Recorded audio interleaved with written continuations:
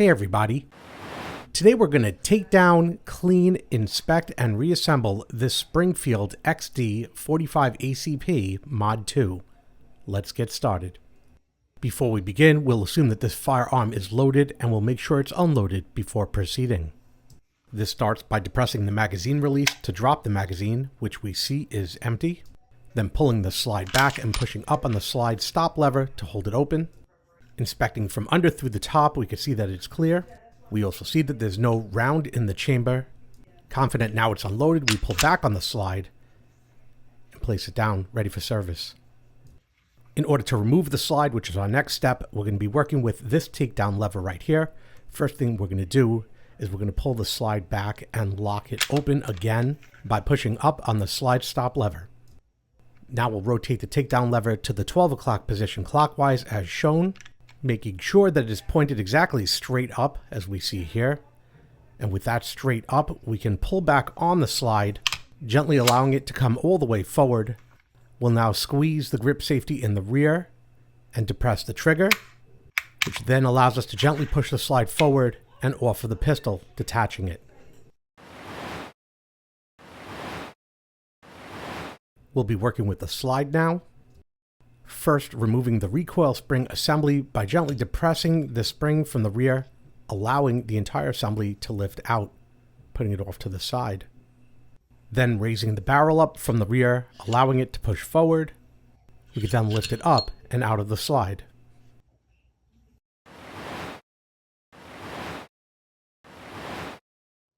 We won't be breaking down the slide any further in this video, but if there's interest, I'll make a video and post a link in the top right corner to take you to it.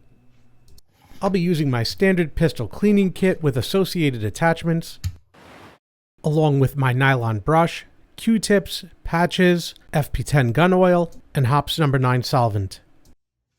Taking a look at this slide, we could see a healthy amount of detritus around the firing pin and the ejector. Also built up within the rails. We're going to take our nylon brush and just start brushing away as much of this as possible. You'll note I have the firing pin pointed downward. I don't want any of that dirt falling into the hole where the firing pin is.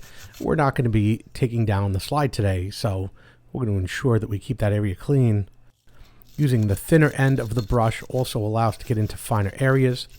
Also paying attention to the rails.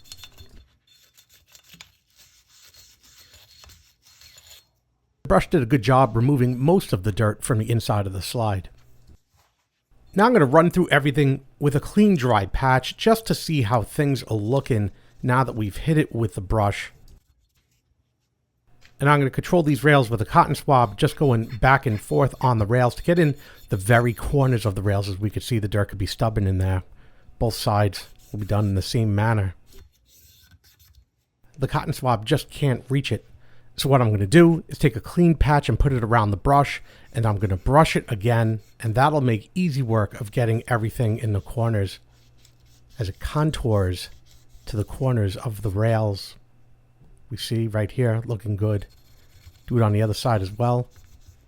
And then I'll go around the rear of the slide in this manner. Clean up the front area with the patch as well, getting in there where dirt collects. And then a final once-over wipe down on the outside of the slide should conclude this cleaning. On this particular cleaning of the slide, nothing was tough enough to warrant the use of any solvent. Just brush and patch was all that was required. So now we'll put the slide off to the side and continue with the recoil spring assembly. Wipe down with a clean patch to remove all of the old oil and dirt that is built up. I just spin it around with my fingernail to get in between the springs to do so. Then I'll just give both ends a once over, and that concludes the cleaning of the recoil spring assembly. I put it off to the side. And now we'll continue with the barrel. First thing I'm going to do is just wipe down the outside of the barrel with a clean patch just to get an idea of how dirty everything is. I'll now be pulling the .45 caliber bristle brush from my kit.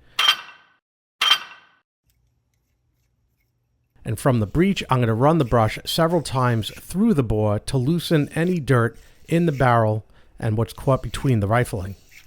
as many times as needed. Remember that these brushes are designed to spin on the T-handle as it goes through the rifling, so don't hold it tightly from the rod. I only use my finger gently as a guide to center it as it goes in the breech. And that's good. Now I've put solvent on a patch and put it around the brush, and I'm pushing it back through the bore. You can see as it comes out the other side, it catches all the dirt in the rifling. I will then remove that patch, carefully unscrew the brush, and pull the rod back through. We can put this down for a moment and take a look at that patch. Some of the debris was from the brush itself, but only on one side. It does a good job of pulling all that dirt out from the rifling, and we could do this as many times as we need to clean it. Also clean up that brush before doing this procedure to see exactly what dirt is coming from inside the bore. So we'll do it again after cleaning the brush. And now we get a good idea of what's actually coming from the brush. And there are other attachments you could use instead of a brush to do this, but I found this extremely effective. I do not pull the brush back through though. I always disconnect the brush.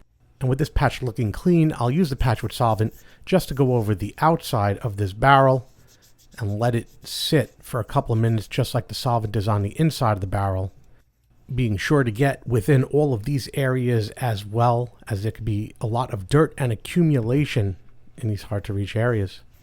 Also, the breech and the ramp over here will be cleaned and looked at to make sure all the debris has been removed. Yeah, this looks good. We'll just let it sit for a couple of minutes. And now I'll push a dry patch through just to remove the solvent from the inside of the bore. And yeah, this is clean. We can see just a little bit of debris from the brush itself, but the bore itself is actually clean. I'll use a dry patch to wipe away the solvent from the outside of the barrel.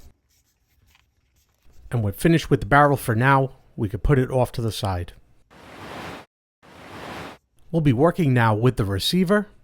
There are some areas that we'll be inspecting and cleaning, areas that are known to get dirty, like right over here, as well as a good cleaning of the rails here and here. And I have a patch with a light amount of solvent that I'm using to go over these areas now. Also down in the mag well. Then wiping everything down with a dry patch and having a look. I also want to get under the rails over here on both sides. I do this in conjunction with the patch and the thin side of the brush. Moving this back to the 9 o'clock position to be able to clean under here effectively. The rails in the rear will also be cleaned up in the same manner. I'll hit that magazine well from the bottom with a clean patch, make sure I didn't miss anything. You can see just a little bit of debris made it down there from the bottom. We'll give it a last once over as our receiver appears to be completed. Everything looks good. The magazine generally doesn't require any disassembly unless you drop it into mud. So what we're going to do is just give it a once over with a clean patch. Make sure that any debris that's on the top, especially over here, is removed. We do see a little bit of debris, but nothing terrible.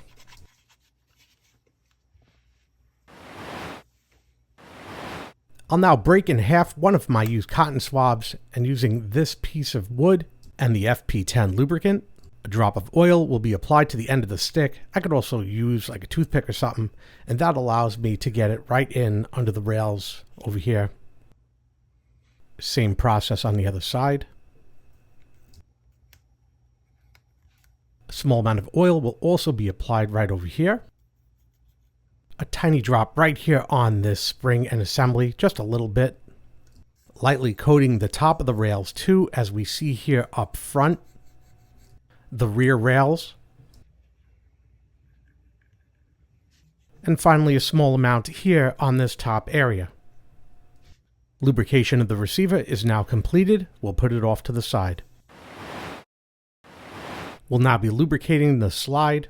Again, using the wooden stick with a small drop of oil so we could get that small drop in between the rails and just trying to distribute it a little. It'll distribute on assembly. I just want to work it in a bit. Repeating the same thing on the other rail. This entire front section here would also receive oil, even where that black piece of tape is. Obviously, I would remove the tape before I would be applying that oil. Now we'll be lubricating the barrel. I'll be setting up a bore swab with a patch, running it through. It's a big enough bore to use the entire patch, and screwing it into the extension and putting some FP10 oil on it and just running it back and forth several times into the bore to distribute the oil completely throughout the entire bore and into the grooves of the rifling. We can see the bore is nice and clean and everything is well oiled. I'll then coat the entire barrel with a sheen of oil on the outside. I'll use my fingers to get into all of the areas of the barrel, all the crevices, so nothing is missed. Then I will apply a more generous amount of oil on the barrel itself, as well as the top face over here. Oil will be applied. We'll now put the barrel off to the side. Working with the slide again, we'll begin assembly starting with the barrel, sliding it in and bringing it slightly forward and locking it back in position. We're going to move on now to the recoil spring assembly, and what I'm going to do is I'm just going to very lightly lubricate it, putting just a small drop of oil on my finger and working it around on those springs, just very lightly, and then on the front and back as well to distribute the oil on the ends. The larger diameter spring facing the front of the barrel will go in first, seating like so. Then gently compressing the spring, the metal end of the assembly will be able to fit within the notch on the barrel as we see here. Making our way back to the receiver, we'll finalize our assembly now, holding it upwards so we could see the rails. I'll rotate my takedown lever back into the 12 o'clock position. And very quickly, we could see what happens when it goes from 12 right over here back to 9 and locks and unlocks in 12. I just wanted to demonstrate what's going on in the mechanics, but we're going to leave it at the 12. Now I will line up the slide to the receiver's rails, and we can see very effortlessly it can slide back and forth. We'll bring it all the way to the back where it stops right here, and with a little bit of force, comes all the way back like that. We will now pull the slide all the way back, and then pushing up on the slide stop lever, we lock it in the back position. Rotating our takedown lever forward to the 9 o'clock position, locks it in place. We can now pull back on the slide, releasing the slide stop. Holding in the grip safety, we depress the trigger and hear an audible click. The pistol is now fully assembled. Now testing our work, we'll pull back on the slide. Grip safety depressed, we can pull the trigger, we hear a click. We'll pull back on the slide again, this time without the grip safety, not pressing it. The trigger depresses, but we hear no click. It doesn't go back all the way. It's not working. Push in the grip safety, and now we hear that click. Pull back the slide while holding both the grip safety and the trigger. And what I'm going to do is slowly release the trigger. I should hear a click. Press it again, and I hear a click. Everything is working just fine. Place an empty magazine into the pistol, pull back on the slide, and it should lock open. And it does lock open. Correct operation. Very good. Drop the magazine. Pull back on the slide, and it no longer stays locked open. This pistol is operating correctly. The real test is always at the range. And that concludes this video on the takedown, cleaning, inspection, and reassembly of the Springfield XD45 Mod 2. I hope you found this video enjoyable, entertaining, and informative. Do me a favor, hit that like button down below, helps me out a lot when you do, and hit that subscribe button for more videos like this when they come out. Again, I hope you enjoyed this video. Thanks for watching. Thanks for watching. Would you like to reply?